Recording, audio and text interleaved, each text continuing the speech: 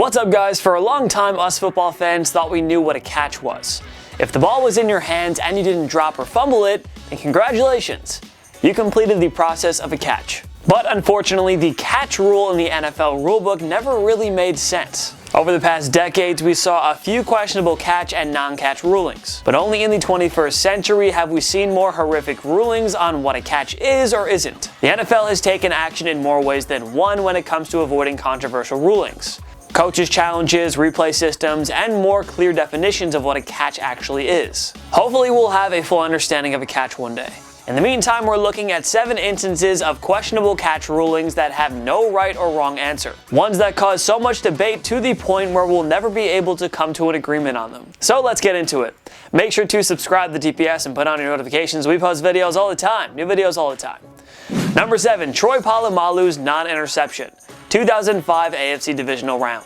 The Pittsburgh Steelers defeated the AFC North rival Cincinnati Bengals in the 2005 wildcard round, setting up a showdown against the top-seeded Indianapolis Colts in the divisional round. Sophomore quarterback Ben Roethlisberger was supposed to have no chance against Peyton Manning, and the Colts were supposed to cruise to the AFC title game. But the Steelers' defense kept Manning and the high-powered Colts offense in check for most of the game. They built up a 21-3 lead in the fourth quarter, but the Colts chipped away and cut the deficit to 11 points. With the Steelers up 21-10 and only 5.5 minutes remaining, Troy Polamalu picked off Manning to essentially ice the game.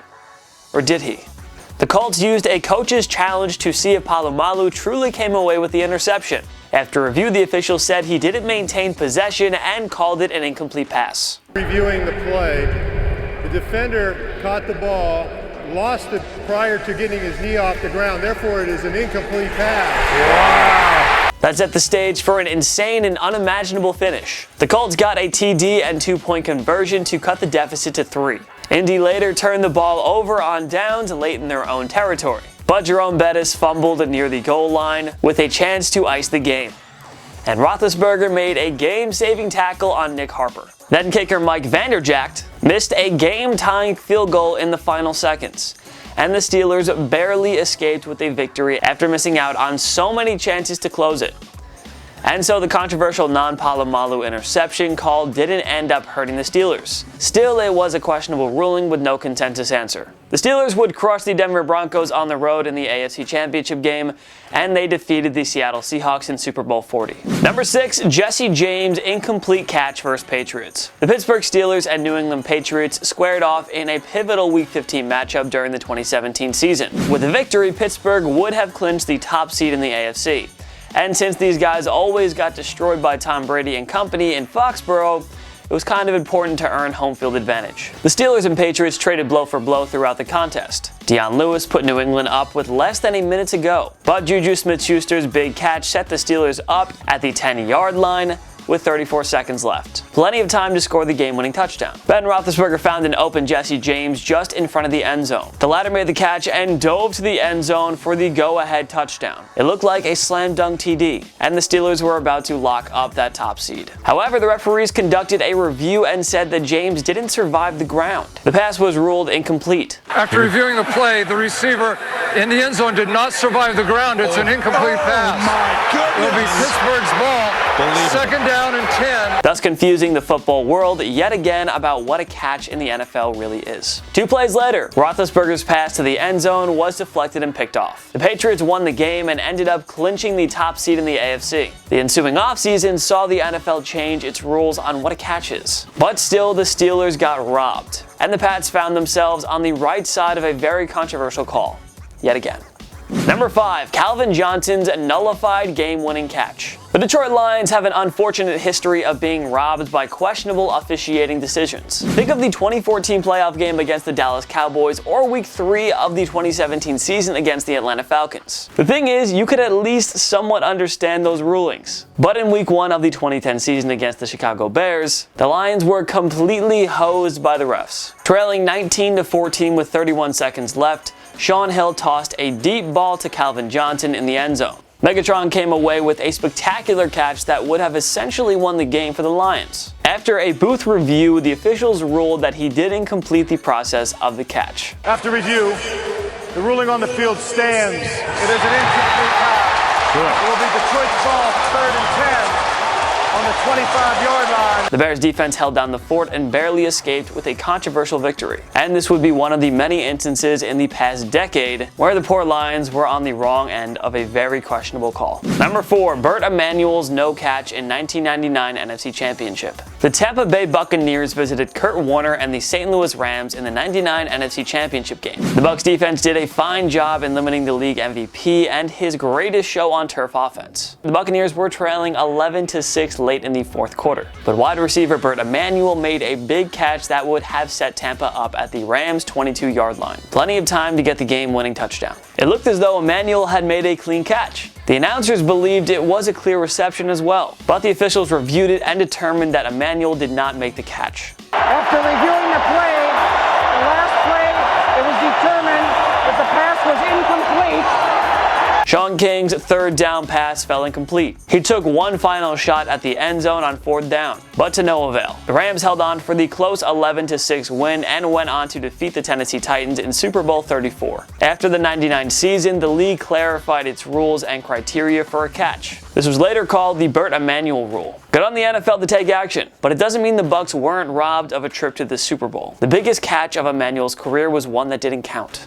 Number 3, Golden Tate's Hail Mary. The Green Bay Packers visited the Seattle Seahawks on Monday Night Football in Week 3 of the 2012 season. This was a prime chance for Russell Wilson and Seattle's Legion of Boom to show they were for real. The Packers and Seahawks fought through a sloppy defensive slugfest. Green Bay led 12-7 late in the fourth quarter, and they punted it away with 46 seconds remaining. Wilson took over at his own 46-yard line with 0 timeouts. Seattle had to get to the end zone or it was game over. Facing a 4th and 10 situation in the waning seconds of the fourth quarter, Wilson ran around and threw a desperate pass up into the end zone. And he hoped for the best. Wilson's pass appeared to be intercepted by MD Jennings, but Golden Tate got his hands on the ball at the last second. There was a fight for the ball, and the replacement refs awarded a touchdown to Tate. This is deciding who wins the game on this call. After further review, the call on the field stands. Touchdown. Game is over. Seahawks win. If that wasn't controversial enough, Tate got away with a blatant push-off and should have been flagged for pass interference. The NFL admitted that the refs missed the penalty, and it should have resulted in a victory for the Packers. The NFL finally had enough and ended the lockout with its referees because of this embarrassment. The real officials were back for the Week 4 Thursday night game 3 days after this horrible mistake by the NFL. We're sure the league will do its best to make sure they never have to use replacement refs again. Number 2, Franco Harris' immaculate reception. The Pittsburgh Steelers hosted the Oakland Raiders in the 1972 AFC Divisional round, but this game had the makings to be forgotten in short time. It was just another low-scoring playoff game that nobody would remember, or so we thought. The Raiders, coached by the legendary John Madden, had a 7-6 lead at Three Rivers Stadium, and the Steelers were running out of time. Pittsburgh faced a 4th and 10 situation at their 40-yard line, and there were only 22 seconds on the clock. There was little hope at setting up a game-winning field goal opportunity. NFL rules stated that once an offensive player made contact with the ball on a passing play, he was the only one eligible to catch it. There is a debate today about if he touched the ball before it bounced to Harris. If he did, then the officials should have deemed an incomplete pass. That was 2 decades before the NFL would implement its coaches challenge and booth review system. At any rate, it was an iconic NFL playoff moment, as well as one of the most controversial plays in league history. Number 1, Dez Bryant in 2014 NFC Divisional round. The Dallas Cowboys rode an MVP caliber year from Tony Romo and league rushing leader DeMarco Murray to an NFC East Division crown in 2014.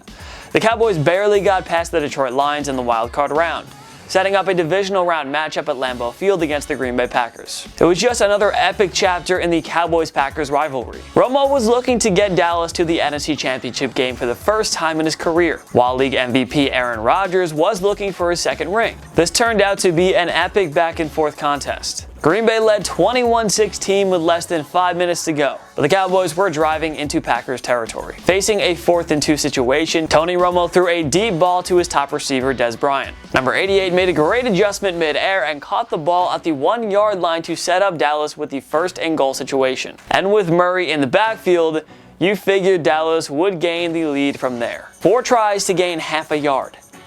Yeah, sign us up. But Packers coach Mike McCarthy threw the challenge flag. And to the shock of absolutely everybody, the officials ruled it an incomplete pass. After review, it has been determined that the receiver did not maintain possession He's over the goal line.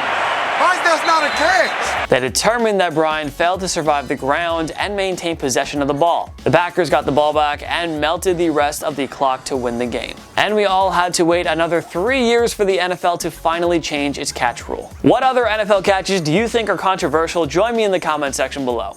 Make sure to follow myself and TPS on social media. We post great content all the time. Subscribe to my YouTube channel. You know, I post videos all the time. Yeah.